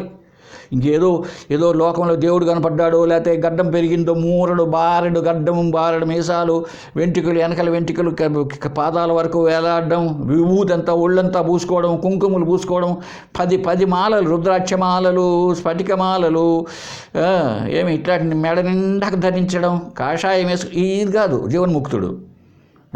వాడు వేషగాడు కావచ్చు, జ్ఞాని కావచ్చు, వేషగాడు కావచ్చు. బట్ ఎవరికైతే నేనే ఆత్మను అని స్థిరత్వము కలిగి ఉంటుందో వాడు జీవన్ముక్తుడు. ఇంకా చెప్పేది చూడండి ఒకటి. యస్య దేహాదికం నాస్తి యస్య బ్రహ్మేతి నిశ్చయ పరమానంద పూర్ణోయ సజీవన్ముక్త ఉచ్యతే. అతడేనంట ముక్తుడు. ఎవరు? సజీవన్ముక్త. యస్య దేహాదికం నాస్తి. ఈ దేహము, మనసు, ఇంద్రియాలు, ఈ జగత్తు, ఈ దేవుళ్ళు, ఇదంతా నాస్తి, లేదు. యస్య బ్రహ్మేతి నిశ్చయ. ఎవడైతే నేనే బ్రహ్మమును నిశ్చయ, తాను బ్రహ్మమునే నిశ్చయ జ్ఞానం ఎవడైతే పొందాడో పరమానంద పూర్ణోయ. ఆ పరమానందమైన పరిపూర్ణత్వం నేను. లిమిటెడ్ ఫెలోని కాదు నేను. 3 ముళ్ళ జాన ఉండే శరీరం కాదు నేను. ఎక్కడో పలానా ఊర్లో పలానా చోట్ల పలానా ఆయన కొడుకుగా, ఇదంతా జీవభావం. తానే బ్రహ్మమునోని నిశ్చయ జ్ఞానం ఎవడైతే పొందుతాడో పరమానంద పూర్ణోయ, పరమానందంచే పరిపూర్ణత్వాన్ని ఎవడు పొందుతాడో స జీవన్ముక్త ఉచ్యతే, అతడండి జీవన్ముక్తుడు. కాబట్టి ఈ స్థాయికి మనం నిశ్చయం చేసుకోవాలి. ఏమండి ఇంకా చెప్తున్నాడు చూడండి, సాధన విషయం చెప్తున్నాడు. బ్రహ్మైవ సర్వం తత్ సత్యం ప్రపంచం ప్రకృతి నహి ప్రాకృతం స్మరణం త్యజ్య బ్రహ్మస్మరణం మాహర. చూడండి ఎంత గొప్ప సందేశము. బ్రహ్మ ఏవ సర్వం తత్ సత్యం, సర్వం బ్రహ్మమే, ఇది సత్యము, ఇది సత్యం, అంత బ్రహ్మమే, అంత సత్యచితానందం. ఎక్కడ ఎందెందు వెతకి చూచిన అందం దేయగలడు దానవాగ్రని వింటే. నువ్వు వినవయ్యా బాబు, నువ్వు శ్రవణం చేయవయ్యా అన్నాడు ప్రహ్లాదుడు వాళ్ళ నాయనతో. ఊరికి వెతుకుతావు, అక్కడ పోయి ఇక్కడ పోయి వైకుంఠానికి కైలాసానికి, దేవుడు ఎక్కడ, విష్ణువు ఎక్కడ, విష్ణువు ఎక్కడ అంటావు నువ్వు. విష్ణు పదానికి అర్థమే తెలియదు కదా అబ్బడు. ఓరి నాయనో, నీకు విష్ణు అంటే అర్థమే తెలియదే. సర్వవ్యాపక విష్ణు, అంతటను వ్యాపించినది ఏదో అది విష్ణు పదం. నువ్వు విష్ణు ఎక్కడున్నాడు? సర్వం వ్యాపించి ఉన్నాడు.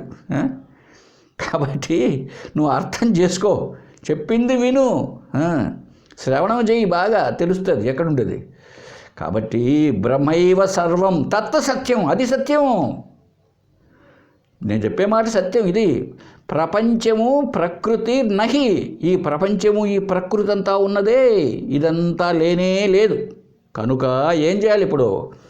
ప్రాకృతం స్మరణం త్యజ్య, ఈ ప్రకృతిని గురించి, ఈ జగత్తుని గురించి ఒకటే మన తెల్లవారి లేచినా నుంచి భగవత్ ధ్యానం కాదు నువ్వు చేసేది.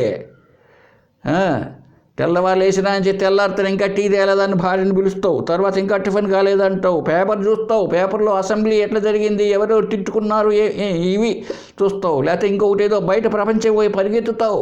దీన్ని స్మరణ చేస్తున్నావు. భగవత్ స్మరణ మానేసి జగత్ స్మరణ చేస్తున్నావు బాబు నువ్వు. కాబట్టి ఏం చేయాలి ఇప్పుడు?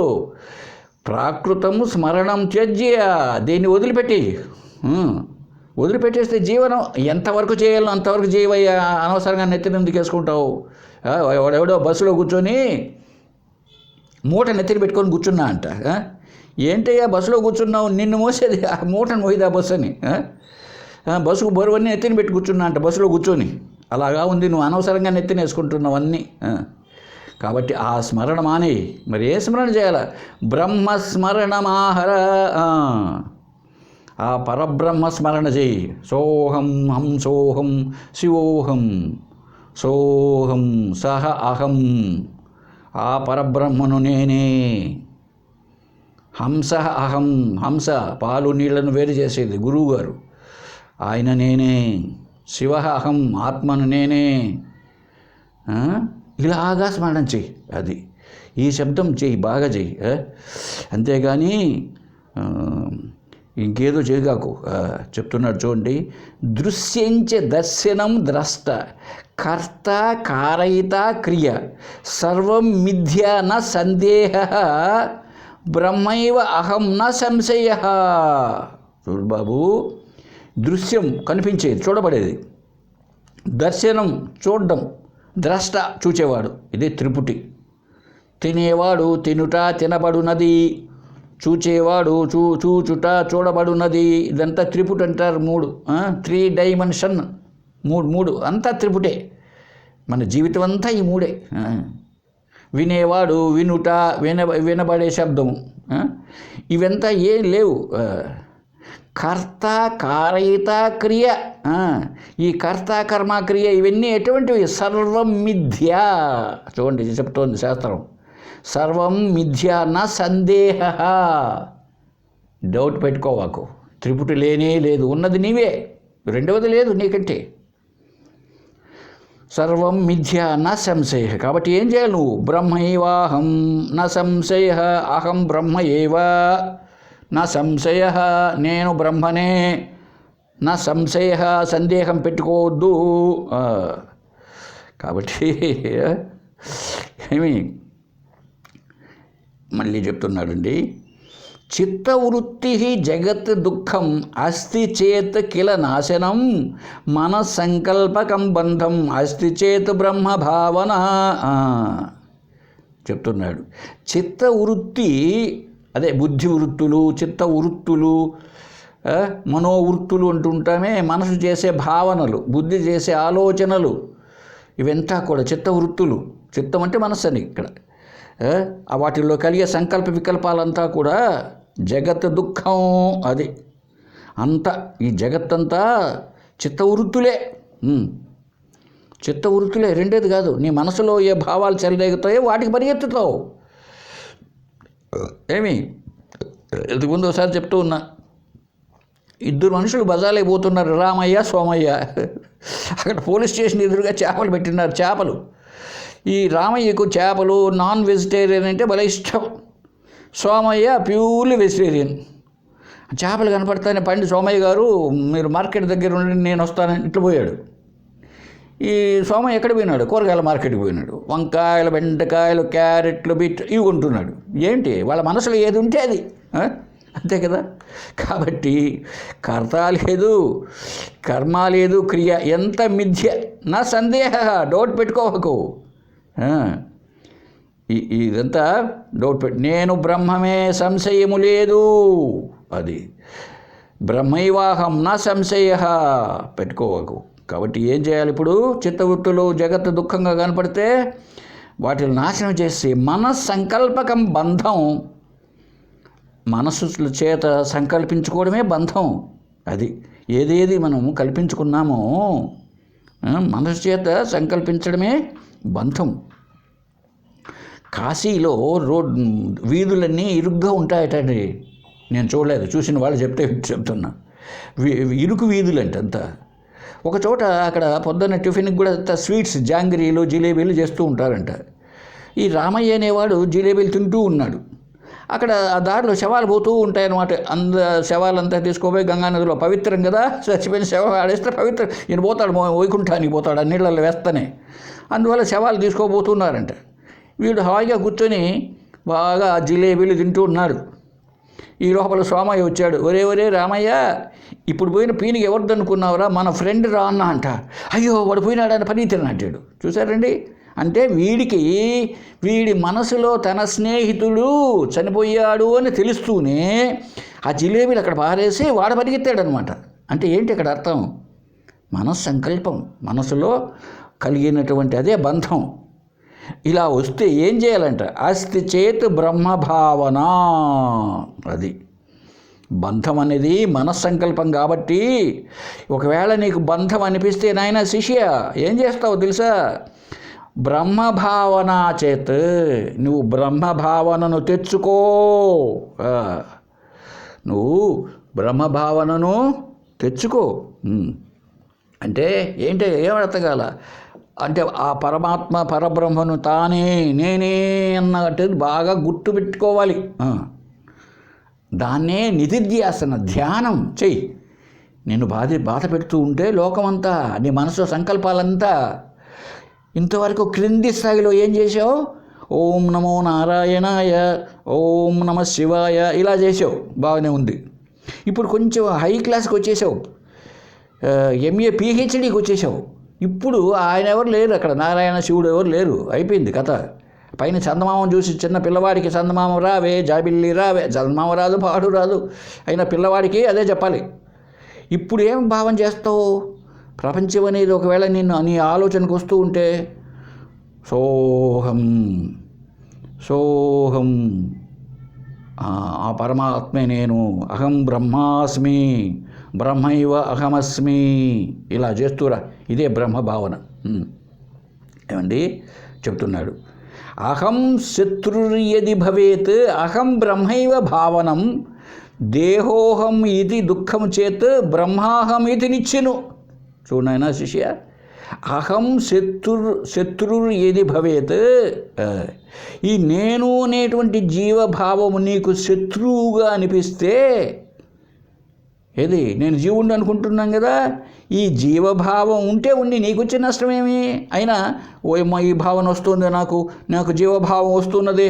జీవభావం అసలు సత్యం కాదు, వస్తే ఏమీ లేకపోతేనేమయ్యా.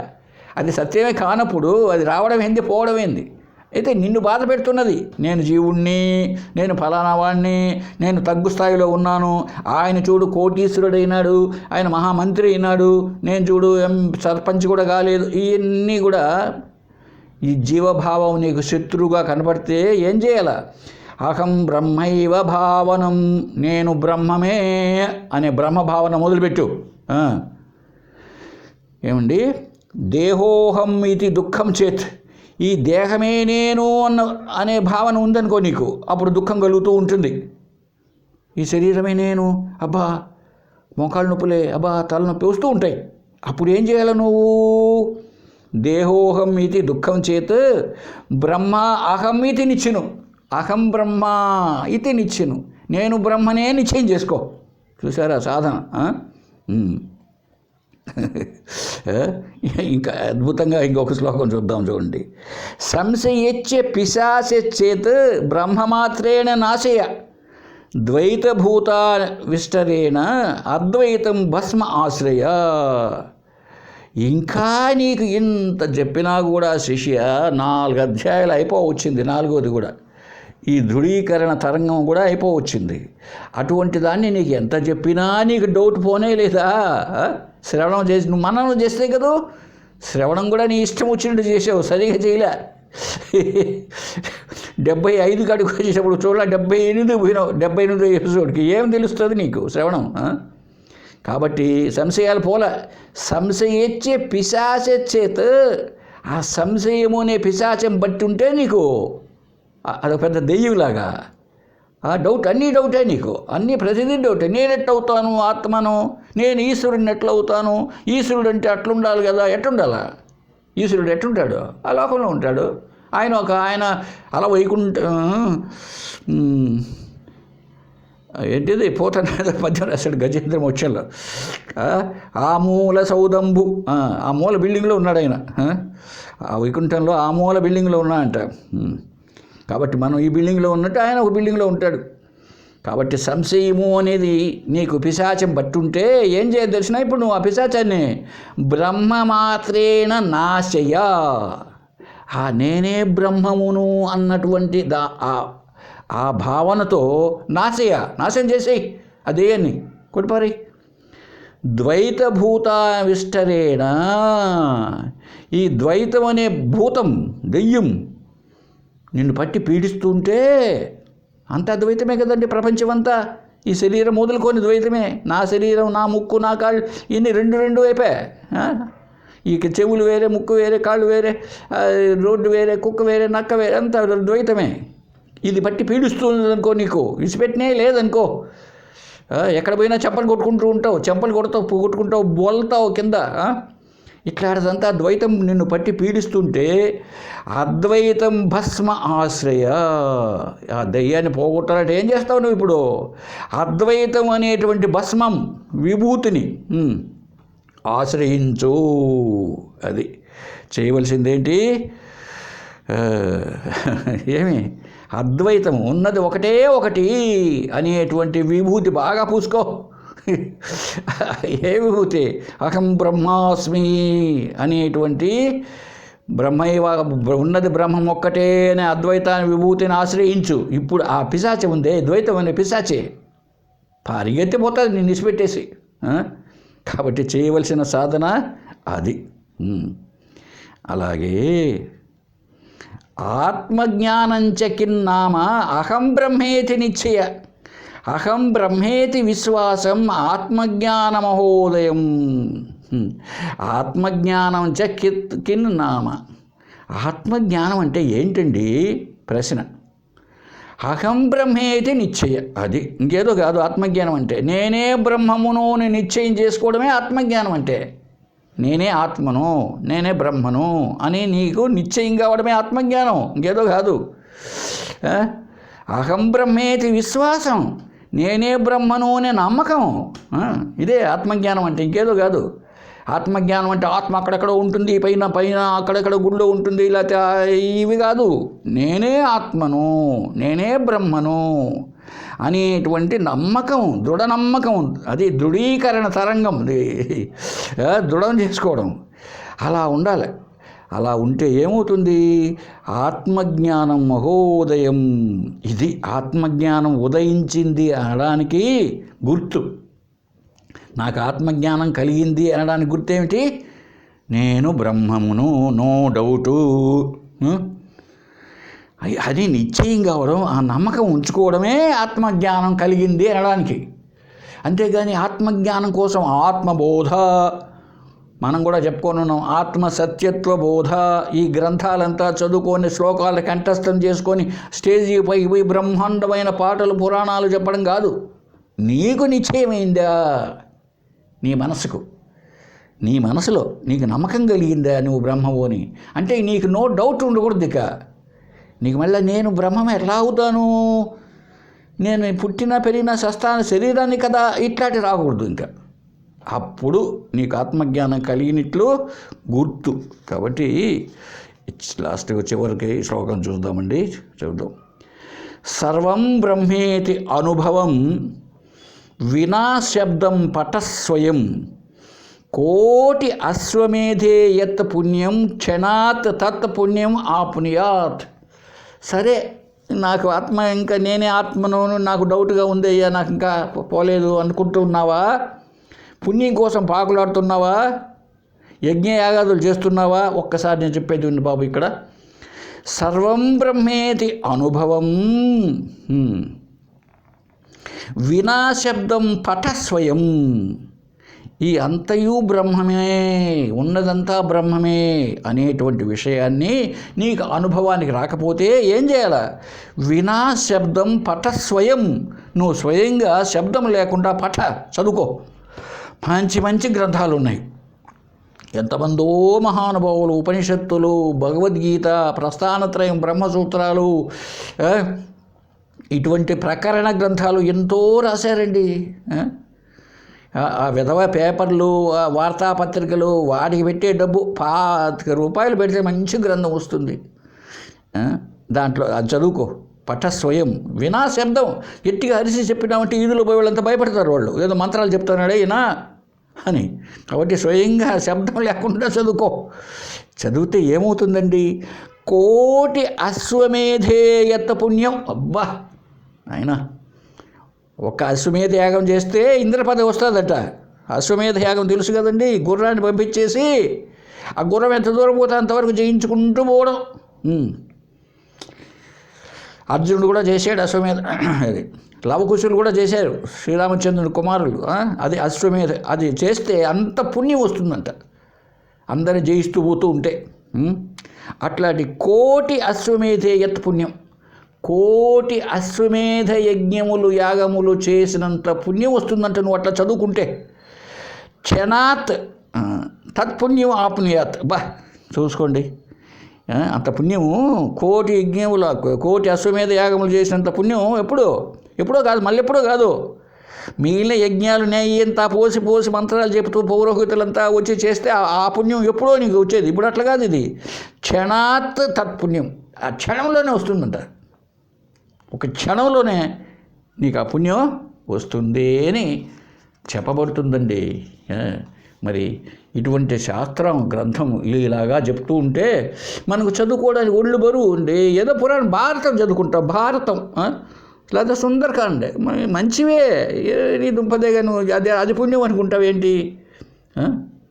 కాబట్టి ఏది చదవాలను అది చదివితే నీకు ఒకవేళ అనుభవం రాలే, ఇంకా శ్రవణం సరిగ్గా చేయలే, అనుభవం రాలేదు సర్వం బ్రహ్మ అనేది, కనీసం అటువంటి గ్రంథాలన్నా తీసుకొని చదువుతూ ఉంటే ఆ పుణ్య ఫలితంతో, కోటి అశ్వమేధయాగాలు చేసినంత పుణ్యంతో వచ్చే జన్మకైనాక సరే ఏమి మళ్ళీ అద్వైత సాధనను మొదలు పెడతావు. ఏమండి ఇంకా చెప్తారు చూడండి. చిత్తం కాలం వస్తుభేదం సంకల్పం భావనం స్వయం సర్వం సంత్యజ్య సతతం సర్వం బ్రహ్మైవ భావయ. చిత్తము కాలము వస్తుభేదాలు, అది ఈ మనసు కాలము వస్తు భేదాలు కనిపిస్తున్నాయి కదా ఇక్కడ మనకు. లోకంలో అంతవే. ఈ మనసు మారిపోతూ ఉంటుంది, కాలం మారిపోతూ ఉంటుంది, వస్తువులు మారిపోతూ ఉంటాయి. ఒకప్పుడు సద్యాన్నం తినిపోయేవాళ్ళం మేము స్కూల్కు. ఇప్పుడంతా పొద్దున్న టిఫిన్లు కాఫీలు తాగిపోతారు, పిల్లకాయలంతా బూట్లు వేసుకొని, మాకు చెప్పులు కూడా లేదు. అలాగే వస్తు భేదాలు ఇలాగా ఎప్పుడైతే వస్తూ ఉంటాయో ఏం చేయాలా? సంకల్పం భావనం స్వయం. ఈ సంకల్పాలన్నీ వస్తున్నాయనుకో నీకు మనసులో, అప్పుడు ఏం చేయాలి నువ్వు? సర్వం సంత్యజ్య సతతం. ఎల్లప్పటికీ ఆ సంకల్పాలు మనసులో ఉండనిగాకు. ఏది ప్రపంచం పట్ల ఉండేటువంటి ఈ వస్తువులు వాటి పట్ల వీటి పట్ల అనవసరంగా ఉండనిగాకు. ఏం చేయాలి మరి నేను? సర్వం బ్రహ్మయేవ భావయ. సర్వం బ్రహ్మమే అని భావిస్తూ ఉండు. ఏమి అది ఇంకా లాస్ట్ చూద్దాం. యద్యత్ భేదపరం శాస్త్రం యద్యత్ భేదపరం మనః సర్వం సంత్యజ్య సతతం స్వాత్మన్యేవ స్థిరో భవ. అది యద్యత్ భేదపరం శాస్త్రం. ఎక్కడెక్కడ శాస్త్ర భేదాలు కనిపిస్తాయో, శాస్త్రాలు అనేకమండి, అనేకం ఉన్నాయి శాస్త్రాలు. పెద్దగా ఎన్ని ఉన్నాయో తెలియవు. అన్ని ద్వైత శాస్త్రాలు ఎక్కువ ఉంటాయి. పురాణాలు, అష్టాదశ పురాణాలు, ఉపపురాణాలు ఈ ఎత్తుకుంటే ఎన్నెన్నో. ఆఖరికి పాకశాస్త్రము, వంటను గురించి, కుక్కుట శాస్త్రము, కోడి పుంజులు పోటీ జరుగుతుంది ఆ కోళ్ళను గురించిన శాస్త్రాలు, వాస్తు శాస్త్రము, సంగీత ఎన్నోలేండి. ఇన్ని భేదాలు కనపడుతూ ఉంటాయి. యద్యత్ భేదపరం మనః. ఎక్కడెక్కడైతే మనసులో భేదాలు కనపడుతూ ఉంటాయో చూడండి, ఎక్కడెక్కడ శాస్త్ర భేదాలు కనపడుతూ ఉండొచ్చు, అలాగే మనసులో ఎన్నో భేదాలు కనపడుతూ ఉండవచ్చు. వాటిని ఏం చేయాలి? సర్వం సంత్యజ్య సతతం. ఆల్వేస్ సతతం, ఎల్లప్పుడూ కూడా చక్కగా సంత్యజ్య, చక్కగా వదిలిపెట్టేసాయి సర్వం. అటువంటి భేదాలంతా ఏం లేవు. ఉన్నదే ఒకటే. ఆ ఉన్నదే అనేక నామరూపాల చేత కనబడుతున్నది. సముద్రంలో ఉన్న నీరే అలల రూపేణ, బిందువుల రూపేణ, నురుగు రూపేణ కనపడుతున్నట్లుగా ఉన్న బ్రహ్మమే ఆయా నామరూపాల్లో కనిపిస్తున్నది కనుక భేదములు లేవు. ఉన్న బంగారు ఒకటే, 1/4 కేజీ బంగారు బిస్కెట్ అనేక నగలుగా కనపడుతున్నది. కనపడినంత మాత్రంతో ఏమొచ్చింది మనకు నష్టం? కాబట్టి ఎప్పుడైతే నువ్వు భేదాలు కనపడతాయో మనసులో, అప్పుడు ఏం చేయాలి? సర్వం అంతటా కూడా వదిలిపెట్టి స్వాత్మన్యేవ స్థిరో భవ. ఆత్మ, నీ ఆత్మలో నువ్వు స్థిరంగా ఉండిపో.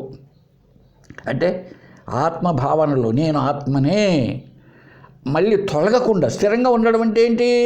తొలగిపోకూడదు. మళ్ళీ కాసేపు నేను జీవుణ్ణి, కాసేపు అంటే ఎప్పటికీ నేను ఆత్మను అని ఉండాలి కాదు.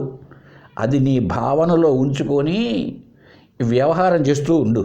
అది వ్యవహారంలో శరీర మనోబుద్ధులు ప్రారంభం ఉన్నంత వరకు నడుస్తూ ఉంటాయి కనుక నువ్వు సాక్షిగా ఉండు. సాక్షి భావన తెచ్చుకో. నేను సాక్షినే కదా, నేను ఆత్మనే కదా. ఇవి వాటి పనుల్లో ఉన్నాయి. ఇంద్రియార్థేషు వర్తంత ఇతి ధారయన్ అంటోంది భగవద్గీత. ఇంద్రియములు ఇంద్రియార్థములందు చెదిస్తూ ఉంటవే. కళ్ళు ఎప్పుడు దృశ్యాన్నే చూస్తూ ఉంటాయి, కళ్ళు వినలేవు. చెవులు ఎప్పుడు శబ్దాన్ని వింటూ ఉంటాయి, చూడలేవు. నాలుగు ఎప్పుడు రుచులను తెలుసుకుంటూ ఉంటుంది కానీ చూడలేదు, వినలేదు. మరి వాటి పనుల్లో వాటి అర్థములందు అవి చేరుస్తూ ఉన్నాయి. నేను తెలుసుకుంటూ ఉన్నా కాబట్టి నేను సాక్షి, నేనే ఆత్మను. ఇలాగా నువ్వు స్థిరంగా ఉండిపో. కాబట్టి స్థిర భావన మనం తెచ్చుకోవాలి అని శాస్త్రం శుభ్రంగా చెప్తున్నదండి. ఈ విషయాన్ని 41వ శ్లోకంలో కూడా చెప్పడం జరిగిందండి. ఈ 4వ తరంగంలో తస్మిన్ బ్రహ్మణి నాస్తేవ కించిత్ కమపి చాస్తినా జాగ్రత్కాలే దృశ్యమానం జగద్బుద్ధ్యా ప్రకాశ్యతే. తస్మిన్ బ్రహ్మణి నాస్తి ఏవ. బ్రహ్మ తప్ప రెండవది ఏదీ లేదు. కించిత్ కూడా లేదు, అంటే కొద్దిగా కూడా వేరేది. బ్రహ్మ తప్ప అంతా అదే. అలలు కనపడినాయి, బుడగలు కనపడినాయి, ఏమేమి కనపడినాయి, అంతా నీరే వ్యాపించి ఉంది. అంతా అదే. కాబట్టి బ్రహ్మ తప్ప రెండవది ఏం లేదు. కనుక ఏమనుకోవాలి, అవిద్యచే మాత్రమే తనకున్నట్లు తోస్తున్నది. ఈ అజ్ఞానం ఉందే, అజ్ఞానం అనేది వచ్చేటప్పటికి అది నిజంగా ఉన్నట్టు. అజ్ఞానం ఎప్పుడుందో అధ్యాస కలుగుతుంది, భ్రాంతి. ఈ భ్రాంతి వల్ల అనేకంగా కనిపిస్తున్నాయి. ఎప్పుడు జాగ్రత్త కాలే దృశ్యమానం, జాగ్రత్త అవస్థ యందు లేదా స్వప్నమందు ఇదంతా అవిద్య చేత ఉంటూ ఉంది. ఈ జగత్తంతా అవిద్య చేత కనపడుతున్నది. మరి గాఢ నిద్రలో ఎంత ఏమీ కనిపించడంలే. కనుక ఏమైంది ఇప్పుడు, ఈ కార్యకారణములు రెండూ అవిద్యే. కారణం, ఈ జగత్తు ఇలా కనపడడానికి కారణం ఏమిటి? అజ్ఞానమే. అజ్ఞానం కారణం, ఈ శరీర మనోబుద్ధులు జగత్తు కార్యం. ఈ రెండు అజ్ఞానమే, అవిద్యయే. అవిద్య చేత అలా కనపడుతున్నది, అంతేగాని సత్యం కాదు. ఏదీ సత్యం కాదు, బ్రహ్మ తప్ప, పరమాత్మ తప్ప. అది ఎందుకు అది మాత్రం సత్యమని ఎలా అవుతుంది? అది నిరాకారం, నిరంజనం, ఏ మురికి లేదు, పరిమితి కాదు. అది కాలగత, వస్తుగత, దేశగత పరిచ్ఛేదములు లేనటువంటిది. సర్వం అదే వ్యాపించున్నప్పుడు ఏది ఎంత ఇంక లేదు, ఏది అంటావో అదంతా పరమాత్మయే, సత్యచితానందమే. కనుక దానికి తప్ప నాశనం, మిగిలినంతా కూడా నశించి మార్పులు చెందుతూ ఉంది. ఇదంతా అజ్ఞానమే అని మనం నిశ్చయం చేసుకోవాలి. కాబట్టి మనం ఎవరు? అహం బ్రహ్మాస్మి, బ్రహ్మైవాహమస్మి, ఇది గుర్తుంచుకోవాలి. నేను బ్రహ్మను, బ్రహ్మయే నేను. సోహం హం సోహం శివోహం, సోహం హం సోహం శివోహం, సోహం హం సోహం శివోహం. అది ఎలాగో అర్థం చేసుకొని ఊరికే, లేకపోతే అది టేప్ రికార్డు పెట్టినట్టు అయిపోతుంది. ఆ టేప్ రికార్డర్ పెట్టేసి అరుస్తూ ఉంటుంది, అలా అయిపోతుంది అంతే. ఎట్లా నేను బ్రహ్మను అన్నది వినాలి. ఇప్పుడు 4వ అధ్యాయం 4వ తరంగం వరకు అదే చెప్పడం జరిగింది. ఏంటి, ఎలా నువ్వు బ్రహ్మస్వరూపానివి అన్న విషయం ప్రతి ఎపిసోడ్, ప్రతి మన ఛానల్ ద్వారా చెప్పిందంతా అదేనండి. వేదాంత బోధ అదే, వేదాంత బాలబోధ అదే, మలయాళ స్వామి బోధ, మలయాళ స్వామి గారు చెప్పినటువంటి జ్ఞాన విషయంగా, ఆత్మజ్ఞాన విషయంగా ఆయన చెప్పినటువంటిది. ఆత్మ సత్యత్వ బోధ, ఆత్మయే సత్యం, ఈ జగత్తంతా కూడా మిథ్యా అని నిరూపణ చేసేటువంటిది ఆత్మ సత్యత్వ బోధ. ఇప్పుడు సదాముక్తి సుధా, ఎల్లప్పటికీ ముక్తుడవే నీవు అనేటువంటి అమృతం. అన్నిట్లో కూడాను, ప్రతి దాంట్లో మనం పక్కకు వైదొలగకుండా, పక్కన కాసేపు సుందరకాండ చెప్దాం, ఆంజనేయ స్వామికి ఎలా తోక వాళ్ళు కాల్చినారు, తోక పెరిగిపోతా ఎట్టా ఉండిందో, ఇట్లా చెప్దాం కాదు. అవంతా కూడా చెప్పేవాళ్ళు చాలామంది ఉంటారు. మనకు కావాల్సింది ఏమిటి? అద్వైత సిద్ధాంతం, ఆధ్యాత్మిక అద్వైత వేదాంత ప్రవచనం అని మన ఎపిసోడ్స్లో డిస్క్రిప్షన్లో పెట్టడం జరిగింది. మీరు తెలిసిన వాళ్ళు అక్కడ వచ్చితే తెలుస్తుంది అన్నమాట, ఏంటి మనం చెప్పుకునేది, ఏం చెప్పుకుంటున్నాం అనేటువంటి విషయం అక్కడ చెప్పబడింది. ఆధ్యాత్మిక అద్వైత వేదాంత ప్రవచనం ఇది. నీవే బ్రహ్మమే నువ్వు, ఇంక రెండవది కాదు. ఇది దృఢం కావాలంటే ఎందుకు ఇన్ని చెప్పాలండి అంటే చెప్పాలా? ఎందుకు ఎన్ని జన్మలు ఎత్తిచ్చామో మనం ముప్పదేగా అంతంత పేరకపోయింది. కనుక అది తొలగించుకోవాలంటే చాలా కష్టం, సిద్ధాంతం బలపడాలి. కాబట్టి మిత్రులారా, దయచేసి మీరు వినడమే కాకుండా జిజ్ఞాసులు ఎవరైనా ఉంటే అద్వైత వేదాంతాన్ని తెలుసుకోవాలి, అహం బ్రహ్మాస్మి అన్న జ్ఞానాన్ని దృఢపరచుకొని, విదేహముక్తి ఉందో లేదో చచ్చిపోయిన తర్వాత ఎవడు చూసి వచ్చినోడు చెప్పలేదు. కనుక జీవన్ముక్తిని, బ్రతికుండగానే ముక్తి. ఎట్లా ముక్తి? బ్రతికుండగానే నేను శరీరం కాదు, నేను ఆత్మను అన్న దృఢ జ్ఞానం మనస్సులో ఎక్కడ పెట్టాలి, అది మోకట్లో కాదు, మనస్సులో, బుద్ధిలో ఆ నిశ్చయ జ్ఞానం ఉండడమే జీవన్ముక్తి. అప్పుడు ఏమైంది? బంధం తెగిపోయింది. ఎందుకు? నువ్వు జీవుడు అనుకున్నంత వరకు నీ బంధం తప్పదు. ఇదే కదా తత్వబోధలో శంకరాచార్యులు చెప్పాడు ఒక మాట, యావత్ కాలం జీవేశ్వర భేద దృష్టి తావత్ జన్మ మరణ సంసారో నా నివర్తతే. ఎంతకాలమైతే జీవేశ్వరుల మధ్య భేదాన్ని నువ్వు చూస్తూ ఉంటావో, అంటే నీవుండేదా కొండపై నేనుండేది నేలపై అనుకుంటూ ఉంటావో, నువ్వు కొండపైన ఉన్నావు నేను కింద ఉండా స్వామి, నువ్వు కైలాసంలో వైకుంఠంలో ఉన్నావు నేను నేలపైన ఉండా ఇలా, కాబట్టి నన్ను చూసుకో, ఇది భేదం కాదయ్యా బాబు.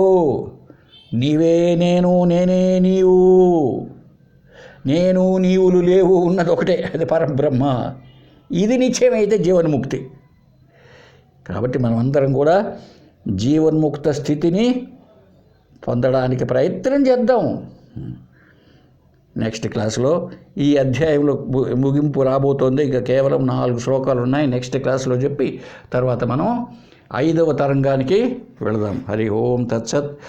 ఓం పూర్ణమదః పూర్ణమిదం పూర్ణాత్ పూర్ణముదచ్యతే పూర్ణస్య పూర్ణమాదాయ పూర్ణమేవావశిష్యతే. ఓం శాంతి శాంతి శాంతి.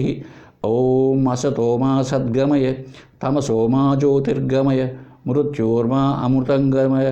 ఓం శాంతి శాంతి శాంతి. హరి ఓం తత్సత్.